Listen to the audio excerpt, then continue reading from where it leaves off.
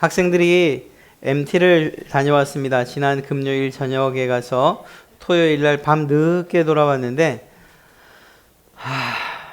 정말 잘 먹어요. 장을 자기들끼리 보게 했습니다. 현대시장을 가서 그랬는데 삼겹살을 5근이나 사더라고요. 몇 명이었나 하면 저녁 못 드시는 한 분 포함해서 8명이었어요. 그렇게 보면 많이 먹은 것 같지도 않네요. 하여간 그만큼을 샀습니다. 그런데 그 늦은 시간에 10시가 넘어서 거의 11시가 가까웠는데 속도 참 좋지요. 그걸 남기지 않고 다 먹더라고요. 그리고 고기가 요만큼 남았어요. 요만큼. 그 다음날 아침에 제가 비빔밥을 해줬습니다. 그래서 그 고기들을 썰고 김치 넣고 사실은 말이 좋아 비빔밥이지 남은 야채, 당근 하여튼 남은 거 우리가 싸갔던 음식 가운데 남은 거 김치도 조금 먹을 거 남겨둔 다 넣고 또 당근 그 다음에 다 굳어 빠졌던 그 고기 그리고 밥도 남은 거 싹 다 후라이팬 큰 후라이팬에 2판을 했는데 역시 또 다 먹었어요. 그 아침에. 예, 정말 잘 먹었어요. 그리고 나서 한 2시간 있다가 또 막국수를 먹었는데 그것도 또 다 먹었어요. 영화를 본 다음에 올라오는 길에 이제는 먹을 만큼 먹고 피곤도 하니까 잠 자겠지. 가자. 예. 근데 휴게소는 안 쓰나요? 쓰자. 우동이요. 그래서 우동까지 먹고 9시 반에 들어왔습니다. 제가 이게 요리를 잘해서가 아니고 물어봤어요. 야, 내가 해준 비빔밥이 맛있더냐? 맛있다고요.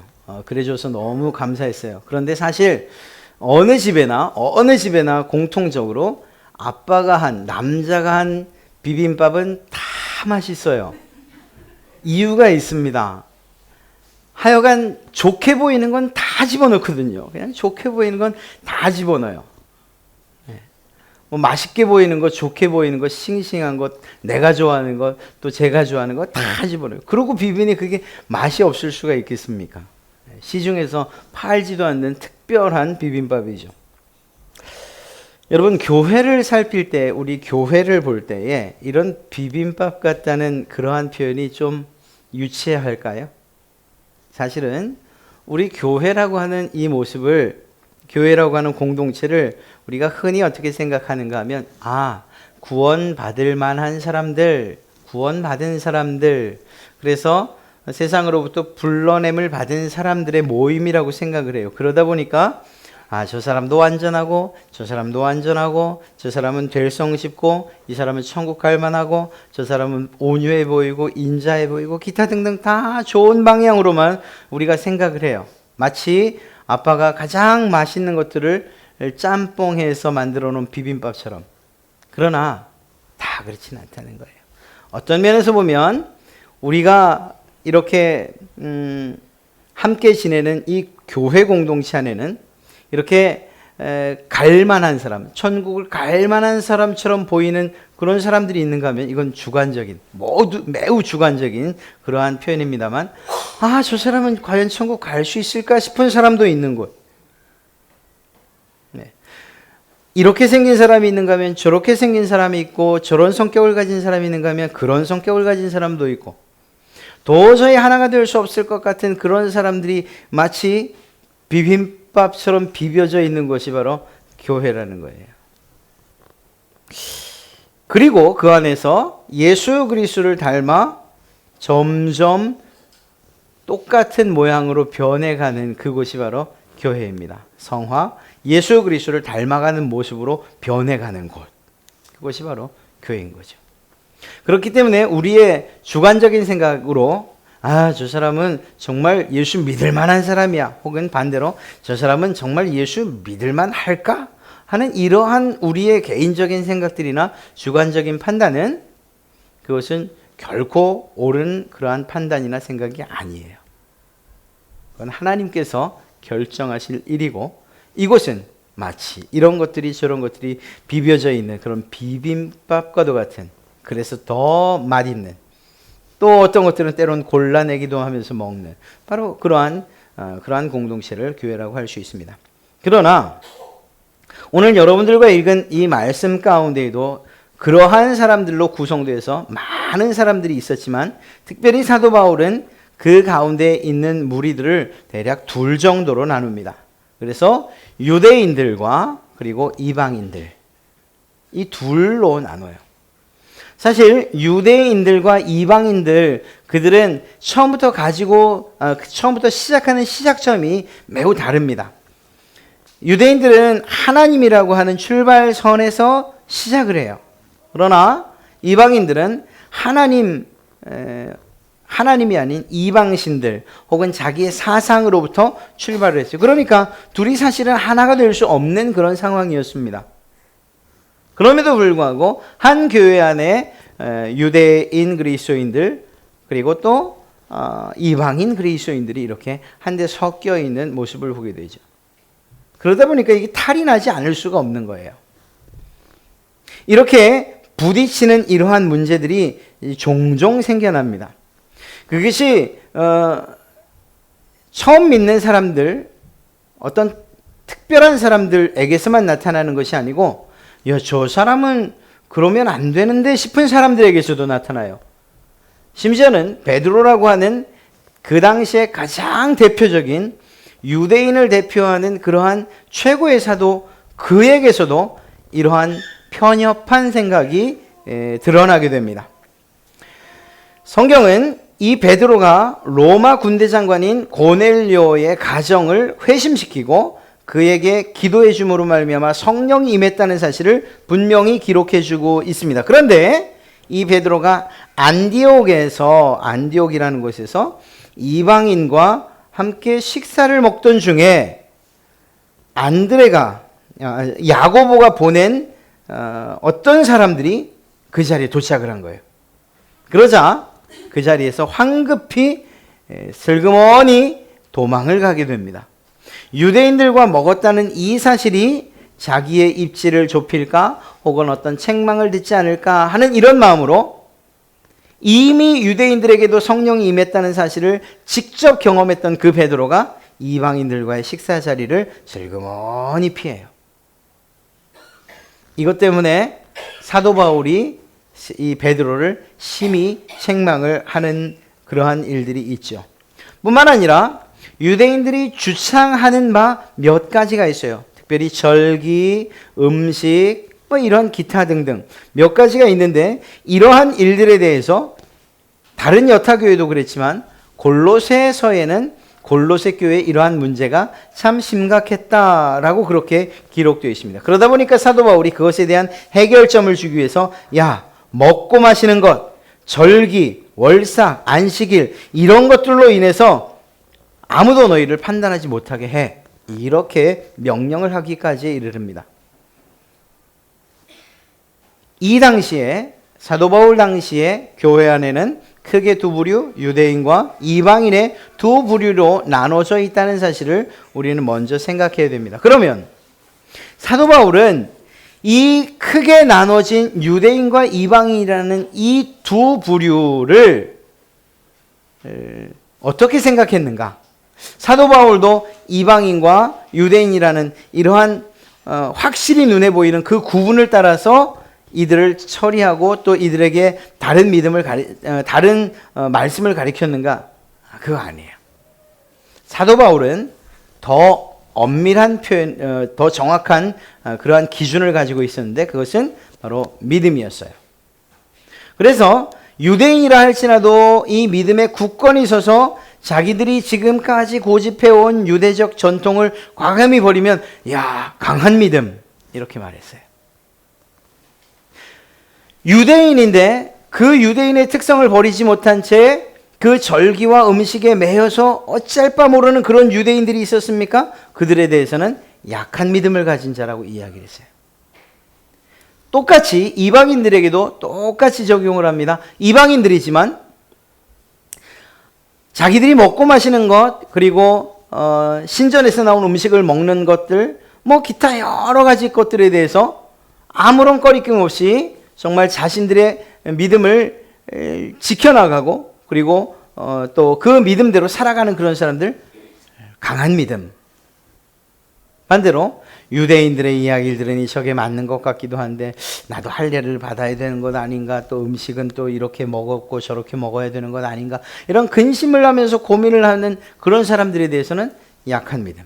그래서 사도 바울의 눈에는 유대인과 비유대인, 유대인과 이방인의 개념이 아니고 큰 믿음, 강한 믿음을 가진 어떤 사람들과 약한 믿음을 가진 어떤 사람들로 그렇게 구분지어서 그들을 가르치고 있는 모습을 보게 됩니다.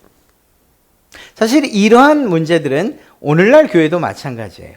오늘날 교회도 강한 믿음, 약한 믿음 이렇게 나눠지죠.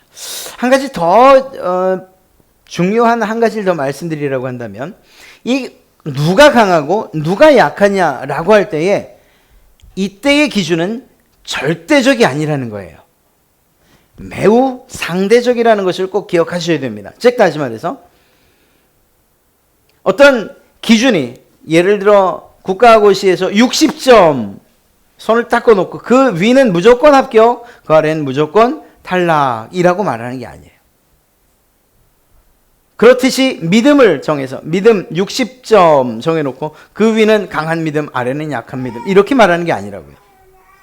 이 믿음이라는 부분에 있어서는 어떤 사람, 그래서 어떤 집사님과 어떤 권사님 또 어떤 성도들 서로 상호 간에 비교했을 때 강한 믿음이 있을 수 있고 약한 믿음이 있을 수 있어요.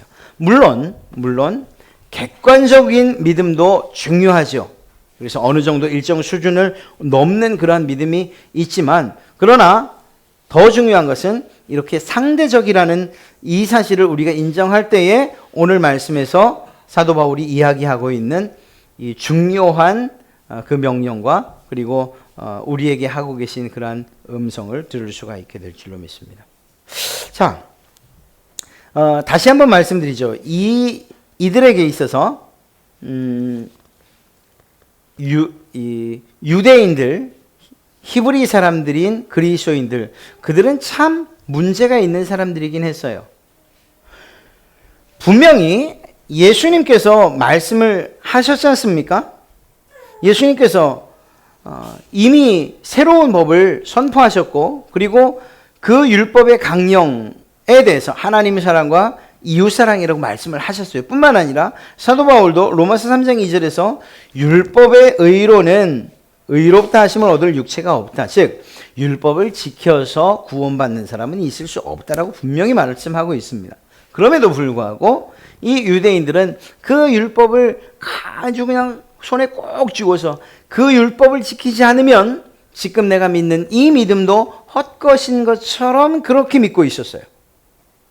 그러니까 믿는 것, 예수 그리스도를 믿어서 구원받는 것보다 더 마음에 부담이 되는 것은 그래도 율법을 지켜야지. 믿는 것도 중요하지만 율법을 지켜야지. 이 율법을 지키지 않고서 어떻게 구원을 받을 수 있어? 라는 이러한 마음을 가지고 있었다는 거예요.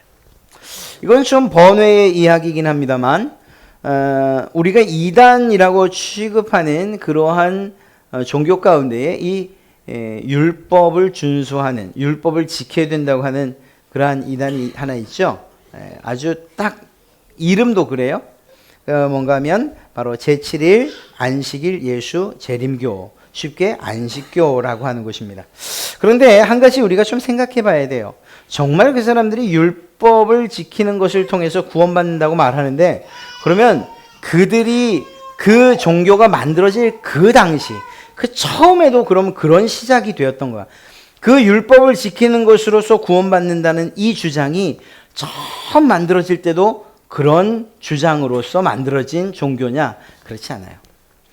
1844년에 밀리엄 윌로라고 하는 사람이 시작을 합니다. 그런데 이 사람이 이단시 취급될 수밖에 없었던 이유가 뭐냐면 잘못된 종말 의식을 가지고 있었어요.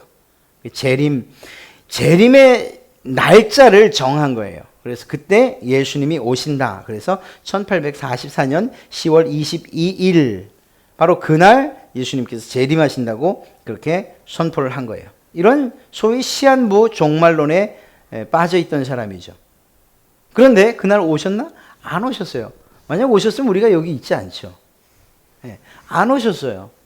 예수님이 안 오시니까 이러한 상황 가운데서 결국 그를 따르던 히람 에드슨이라고 하는 사람이 다른 발표를 하게 됩니다. 왜냐하면 온다고 했는데 안 오니까 안식교 안에서도 많은 문제들이 일어날 수밖에 없지 않습니까? 그러니까 이 문제를 해결하기 위해서 히람 에드슨이라고 하는 이 사람이 내가 새로운 계시를 받았는데 그때 1844년 10월 22일의 재림은 영적으로 이루어진 것이다. 그래서 예수 그리스도가 하늘 성소에 들어간 것이다. 이렇게 영적인 해석을 합니다. 그렇게 자기의 신자들을 안심시키고 또 그들에게 소망을 줍니다. 그리고 난 이후에 요셉 베이츠라고 하는 사람이 드디어 이 안식일을 주창하기 시작을 해요. 그러니까 안식교도라는 이름을 가졌지만 그 시작은 시한부 종말론에서부터 시작된 거예요. 그리고 중간에 이 안식일을 제창하고 이 안식일을 지키지 않는 자는 적그리스도라는 이러한 규정을 합니다. 이렇게 중간에 만들어진 그렇게 이 율법 준수가 만들어진 그러한 종교가 바로 안식교예요. 더 중요한 거, 더 그 안식교를 확립시켜 놓은 사람은 엘렌 G 화이트라고 하는 그러한 여자인데 바로 이 사람이 안식교의 정말 제대로 된 안식교의 교리를 세웠다 이렇게 이야기할 수 있습니다. 그 사람의 주장대로 하면 200번 이상의 환상을 봤다라고 이렇게 이야기를 합니다. 그리고 그것을 가지고서 그 환상과 그 말의 기초에서 종교를 만들어 놓은 거죠.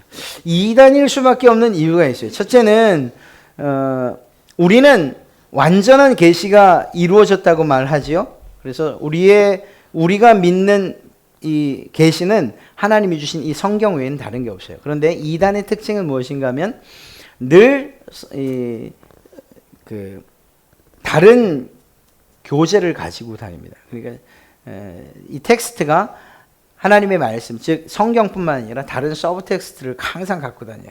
바로 이 안식교도들도 안식교 기본 교리라는 그러한 다른 책자, 즉 자기들의 교리를 총괄해 놓은 그러한 책자들을 가지고서 공부하고 그것을 가지고 신앙의 규범을 삼죠. 또 다른 것은 무엇인가 하면 삼위일체 자체를 부인합니다. 그래서 하나님 한 분만이 영생한다. 그러면 예수 그리스도는 그는 그의 인성을 부인해요.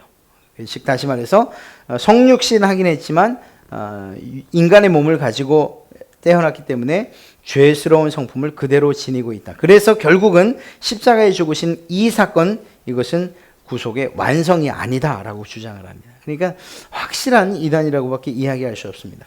그리고 무엇보다도 아까 말씀드린 것처럼 그들의 구원관에 있어서 율법을 지키는 것으로만 구원받을 수 있다고 이야기합니다. 믿음, 그보다 더 중요한 것이 율법을 지키는 것.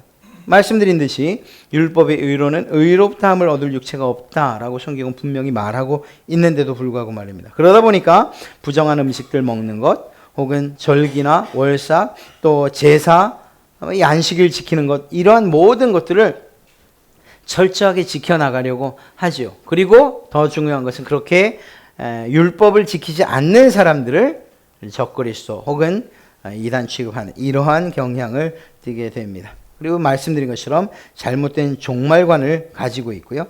그리고 영혼이 불멸한다는 것, 그리고 또 이 지옥을 부정하는 그러한 사람들입니다.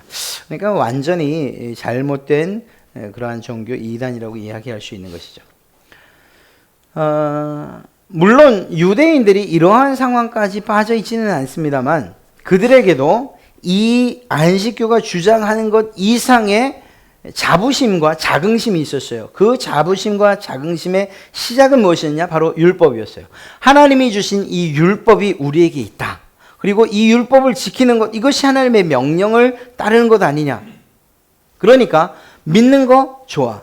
메시아 예수 그리스도 믿는 거 좋아. 그분이 나를 위해서 죽었다는 거 나 믿겠어. 그리고 그분을 믿는 것으로 구원받는다는 거 믿겠어. 그런데 그 믿음 외에 그것에 하나 추가하자. 율법을 추가하자. 할례 받아야 된다. 절개를 지켜야 된다.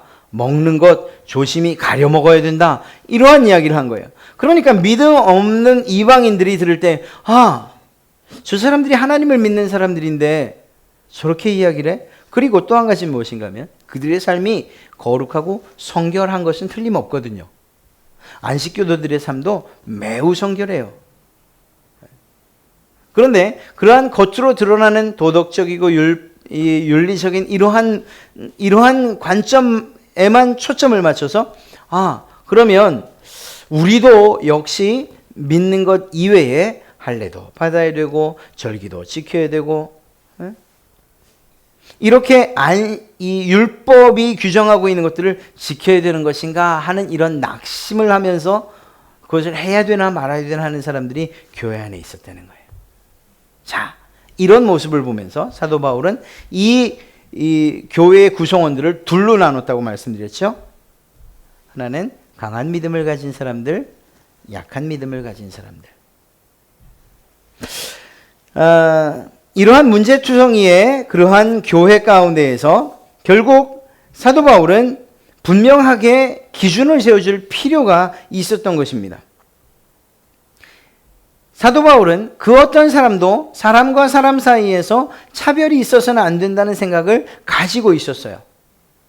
그래서 이방인과 그리고 유대인, 히브리 사람과 헬라 사람이 이런 어떤 차별이 없어야 된다. 모든 하나님의 말씀 앞에서 공평하다는 그러한 주장을 그리고 그러한 이야기를 늘 해왔습니다. 그런데 그런 그에게도 앞서 말씀드렸던 것처럼 단 한 가지의 기준이 있었는데 그것은 바로 믿음이었어요. 그 믿음을 기준으로 강한 믿음과 약한 믿음.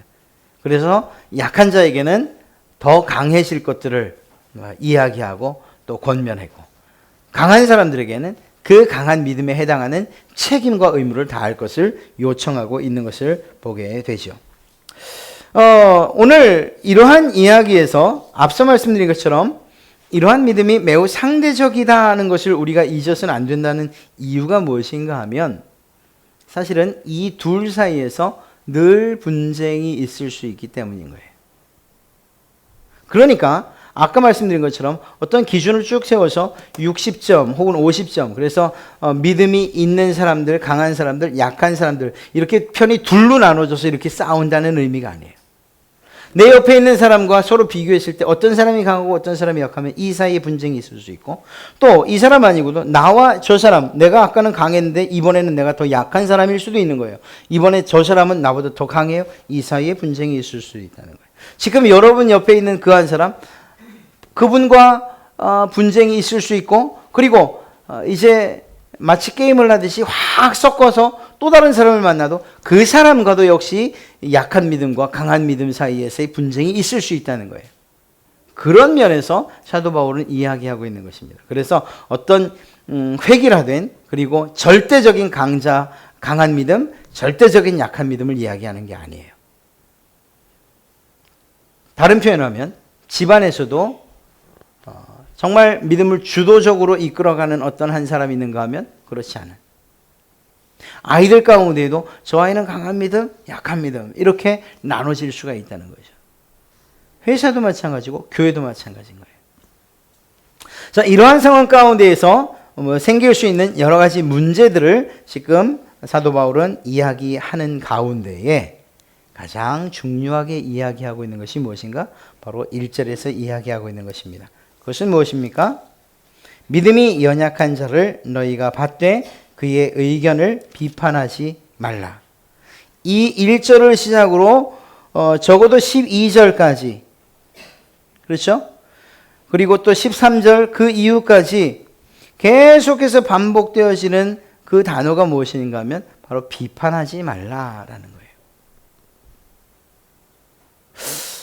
한 가지를 이제 저와 생각해 봐야 됩니다. 비판은 주로 어떤 사람이 할까요? 뭔가 완전하다고 생각하는 사람이 그렇지 않은 사람을 향해서 할까요? 아니면 뭔가 부족한 사람이 완전한 사람을 향해서 비판할까요? 이게 말 하나 많아죠. 완전한 사람이 그렇지 않은 사람을 향해, 강한 사람이 약한 사람을 향해, 높은 사람이 낮은 사람을 향해서, 가진 사람이 없는 사람들을 향해서 비판하는 경우가 많아요. 대부분, 전부는 아니지만 일반적으로.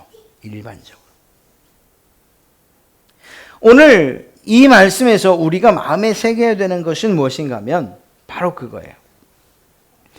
믿음에 있어서 강한 믿음을 가진 사람들 바로 여러분들이십니까? 그렇다면 여러분들이 첫 번째로 하지 말아야 될 것은 무엇인가? 비판하지 않아야 된다는 거예요. 그러면 뭘 갖고 비판하느냐?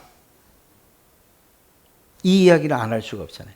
이스라엘 이 교회 안에서 지금 사도 바울이 말하고 있는 이 교회 안에서는 먹는 것, 그리고 절기, 할례, 기타 등등 유대인과 관계된 것을 가지고서 서로 비판하지 말라고 얘기하는 거예요. 특별히 유대인들, 그리스도인들에게 얘기하는 거예요. 유대 그리스도인들, 네가 할례 받았다고 절기를 지킨다고 그렇지 않은 이방 사람들, 그리스도인들을 향해서 비판하지 마, 이렇게 얘기하는 거예요. 왜냐하면 자기들이 우월감을 가지고 있었거든요. 야, 나는 믿음에 더해서 나는 행위를 가지고 있어. 율법을 가지고 있어. 그러니까 너 그렇게 살면 안 돼. 너 절기 지켜야 돼. 너 그거 먹으면 안 돼. 너 할례 받았어? 이렇게 얘기하거든요. 그러니까 그런 유대 그리스도인들을 향해서 말하는 거예요. 비판하지 마. 믿음 외에 율법이 필요하다고 이야기하며 그것을 마음속에만 가지고 있는, 자기 신앙으로만 가지고 있는 것이 아니고 그것을 가지고서 지적질하는 사람들을 향해서 이야기하는 거예요. 너 그렇게 말하면 안 돼. 그렇게 비판하지 마. 그러면서 오늘 이야기하고 있는 가장 핵심되는 그러한 성경 구절을 이야기하라고 한다면 그것은 바로 이 15절의 말씀입니다.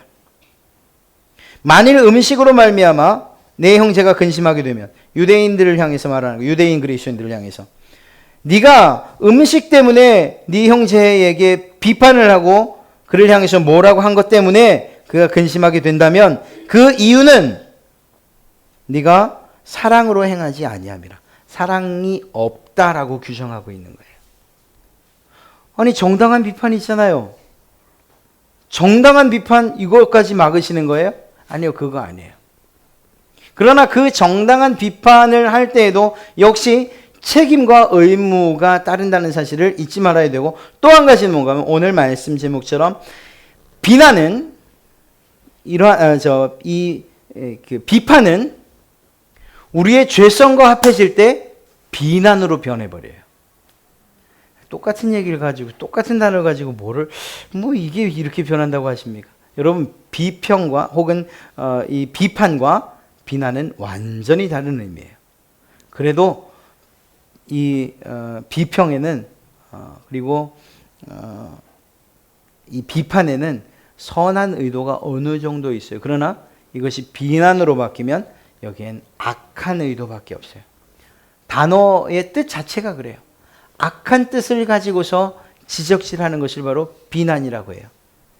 우리는 선한 의도로 그거 그렇게 하면 안 되지 라고 말하지만, 그러나 이것에 우리의 욕심이 더해지고 우리의 죄가 더해지면 결국 그것은 넌 그렇게 하면 안 된다고 이야기하는 악한 의도가 포함되어진 이러한 상황이 되어버리고 만다는 것입니다.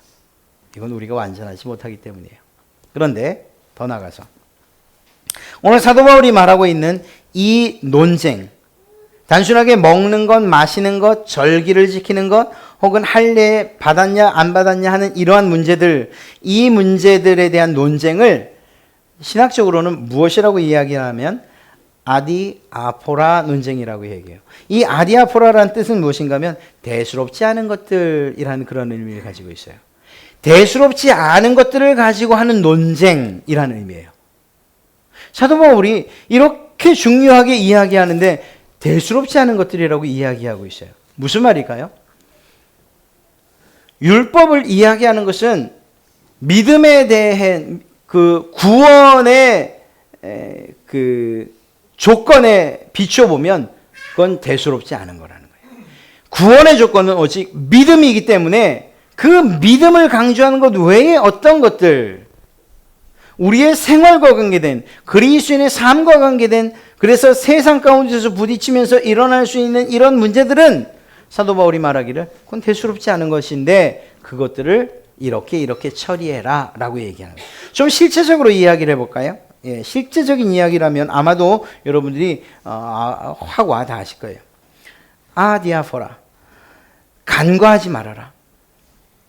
이것을 사실은 중요하게 이야기하고 있어요. 대수롭지 않은 것들, 이것들에 대해서 너무 무시하거나 간과하지 말아야 된다. 왜냐하면 그것이 우리의 타락한 본성과 합해지면, 그래서 기회가 되기만 하면 죄로 번져갈 수 있기 때문이다.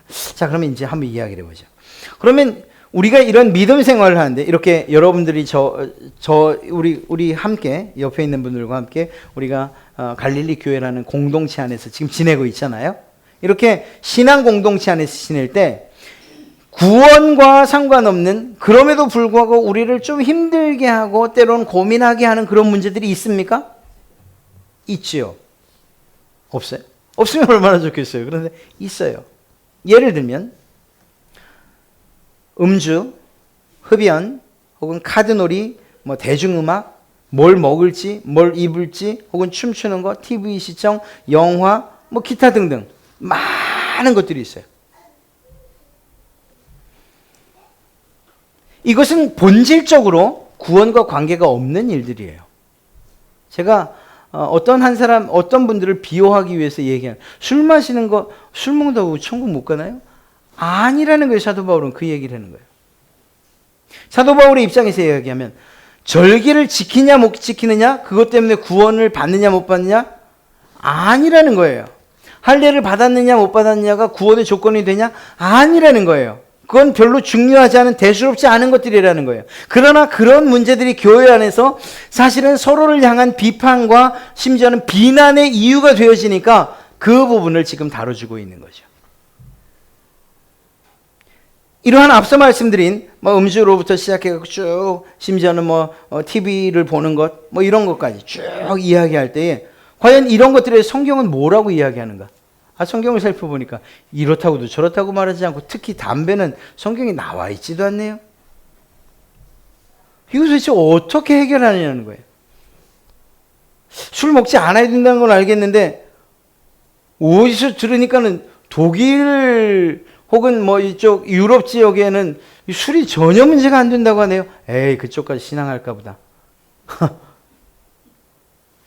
아니, 여기선 죄가 되고 거기선 죄가 되지 않는다? 이렇게 하나님의 기준이 흔들릴 수 있습니까? 그렇지 않다니까요. 어떤 면에서든 이것은 우리의 구원과는, 우리의 구원의 요소, 아주 중요한 요소와는 아무런 상관이 없는 문제예요. 그래서 사도 바울은 이것에 대해서 디아포라라고 이야기하는 거예요. 대수롭지 않은 일들. 그러나 이것이 교회 안에서 큰 논쟁의 이유가 되기 때문에 그걸 정리해주고 있는 거죠. 저도 오늘 이 사도 바울의 이야기를 들어서 이 부분을 좀 정리를 하고자 합니다. 우리의 기호에 따라서, 예를 들면 담배를 이야기해 볼까요? 어떤 사람들은 그거 예수 믿는 사람이 피우면 안 되지 라고 말하는 분이 있는가 하면, 무슨 소리, 이거 기호, 식품 아니에요, 식품, 이렇게 얘기를 하는 사람들이 있어요. 그럼 뭐라고 하죠? 그래, 그렇기도 한데 담배에 대해서 얘기하고 있어? 성경에? 없는데. 그럼 뭐라고 하냐? 오늘 집에 가셔서 이걸 희소식이라고 전해주시면 안 됩니다. 목사님이 오늘 아무런 문제가 안 된대. 천국과 정말 구원받는 일과는 아무 상관없대. 당신 이제 자유를 얻었어. 이렇게 얘기하시면 절대로 안 돼요. 이것은 구원과 관계된 일은 결코 아닙니다. 성경에서도 말하고 있지 않은 것들이 있어요. 성경에서 TV 보라고 얘기하나요? 보지 말라고 얘기하고 있던가요? 대중가요 부르라고 말하고 대중가요 부르지 말라고 이야기하던가요? 이미 성경이 쓰여진 시대와는 전혀 다른 시대의 그러한 문화적인 어떤 형성된 문화들인데, 이것들에 대해서 앞으로 시간이 더 가면 또 다른 문제들이 우리에게 이렇게 중요하지 않은, 그러한 대수롭지 않은 것들이지만 우리의 믿음을 흔들어버리는 이런 논쟁거리로 만들어질 것들이 얼마나 많은데요. 이럴 때에 우리가 가질 수 있는 것은 무엇이냐?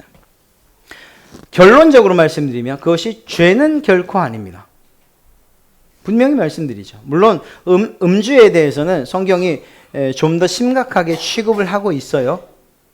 그러나 그것도 사실은 포함이 된다고 합시다. 무엇이든지 죄는 아니에요. 제가 분명히 말씀드립니다. 그것이 죄는 아니에요. 그것 때문에 천국을 못 가지는 않아요. 그러나 이것들이 우리로 하여금 죄의 유혹을 받게 하고, 그리고 우리가 마음을 잠시만 놓으면 죄를 짓게 하는 그러한 요소들은 된다는 거예요. 조금 이해가 가시나요? 죄는 아니지만, 그러나 우리 안에 잠재되어 있는 이러한 죄성과 만나기만 하면, 그래서 기회가 생기기만 하면 이건 죄로 발동되어진다는 거예요. 자, 이러한 면에서 믿음이 강한 사람들과 믿음이 약한 사람들 사이에서 분쟁이 생기는 거예요. 예를 들면 어떤 분이 아주 믿음이 강해요. 그래서 그분은 포도주를 마시거나 아닌 음주를 하는 데 있어서 조금의 거리낌도 없어요. 저도 그럴 수 있어요. 마신다는 얘기는 아니에요. 저도 그럴 수 있다는 얘기예요. 제가 어느 날 이렇게 한 잔을 탁 하면서 여러분들 이제 저를 사무실에 올라왔는데 제가 이렇게 어디서 많이 본 듯한 병을 이렇게 놓고선 혼자서 이렇게 탁 하고 있었어요. 저에게 여러분이 물으면 저는 아무런 꺼리낌을 느끼지 않고 죄가 아니라고 이야기할 수 있어요. 뭐 죄가 아니니까. 뭐 나 혼자 제 건강 때문에요, 집사님. 이렇게 하는데 여러분이 저에게 뭐라고 하시겠어요? 아니에요. 아닌 게 아니라 어디를 갔더니 누가 아주 고급 포도주를 선물로 주더라고요. 근데 내가 내 친구들한테 내가 분명히 목사라고 얘기했는데도 그 단체니까 받아가 이렇게 주시더라고요. 그래서 혹시 필요한 분 있으면 말씀하시겠어요? 그렇죠. 그걸 제가 만약에 그걸 마시고 있었다. 저는 그것에 대해서 조금의 꺼리낌도 없을 자신이 있어요. 지금 말씀드린 것들 어떤 것도요. 심지어는 그것들이 죄로 연결되지 않게 할 만한 그러한 자신들도 있어요. 사도 바울이 말하는 게 그거예요. 너희 강한 사람들, 내가 너희가 정말 대단한 믿음을 가지고 있다는 사실을 내가 알아. 너희들은 이 율법이 이야기하는 것들, 그래서 할례 혹은 먹고 마시는 것들, 절기들, 이것 때문에 흔들리지 않는다는 거 알아. 그래서 너는 제단에 바쳐진 우상에게 드려진 그 음식을 네가 그렇게 마음껏 먹는 것 알아. 왜? 강한 믿음이니까. 그런데 네 옆에 있는 사람이 약한 믿음을 가진 사람이라고 한다면, 그래서 그가 볼 때에 목사님 술 마셔요? 이렇게 얘기하고 나 목사님 그렇게 안 봤는데 이렇게 얘기한다면 그럼 먹지 마. 이렇게 얘기하는 거예요. 그 부분에서 우리에게 책임을 요구하는 거예요. 강한 믿음을 가졌어? 그럼 그 정도의 책임과 의무를 가지고 살아. 이렇게 얘기하는 거예요. 사도 바울은. 더 나가서 마셔도 돼. 마셔도 된다니까. 그건 믿음으로 못 마시냐? 이런 식으로 비판하지 말라는 거예요. 사실 이런 경우는 거의 없죠. 그런데 이 유대인들은 그렇게 얘기를 했어요. 뭐라고 얘기해요? 야, 할례 받아. 할례 받아야지.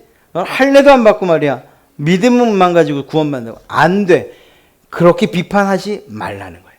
네가 그렇게 강한 믿음, 또 아까 이야기한 대로 우상에게 절했던 그러한 재물을 먹는다? 먹어요. 아무 문제 없어요. 그런데 그걸 가지고서 야, 괜찮아. 먹어. 이거 아무 문제 없는 거야. 전 못 먹겠는데요. 아유, 믿음도 참. 그따구 믿음을 이렇게 말하지 말라는 거예요.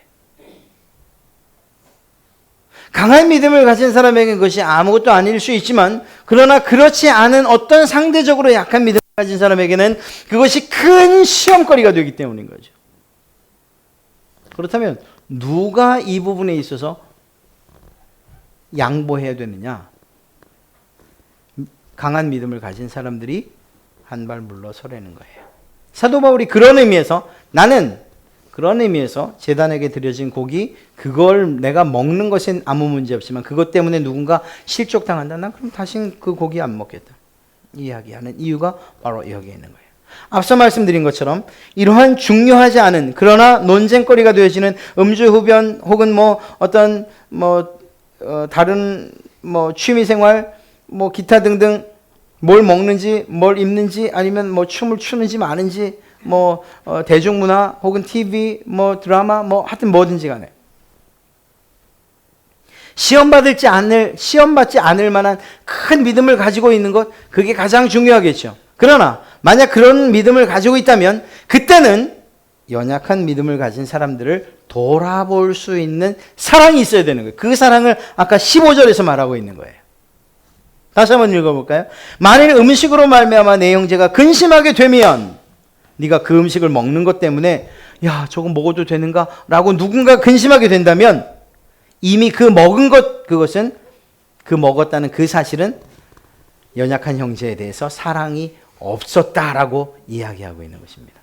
사랑하는 성도 여러분, 그래서 상대적으로 말씀드린 거예요. 절대적으로 쭉 그어서 50점 이하는 약한 믿음, 50점 이상은 강한 믿음, 이렇게 나누지 않은 거예요.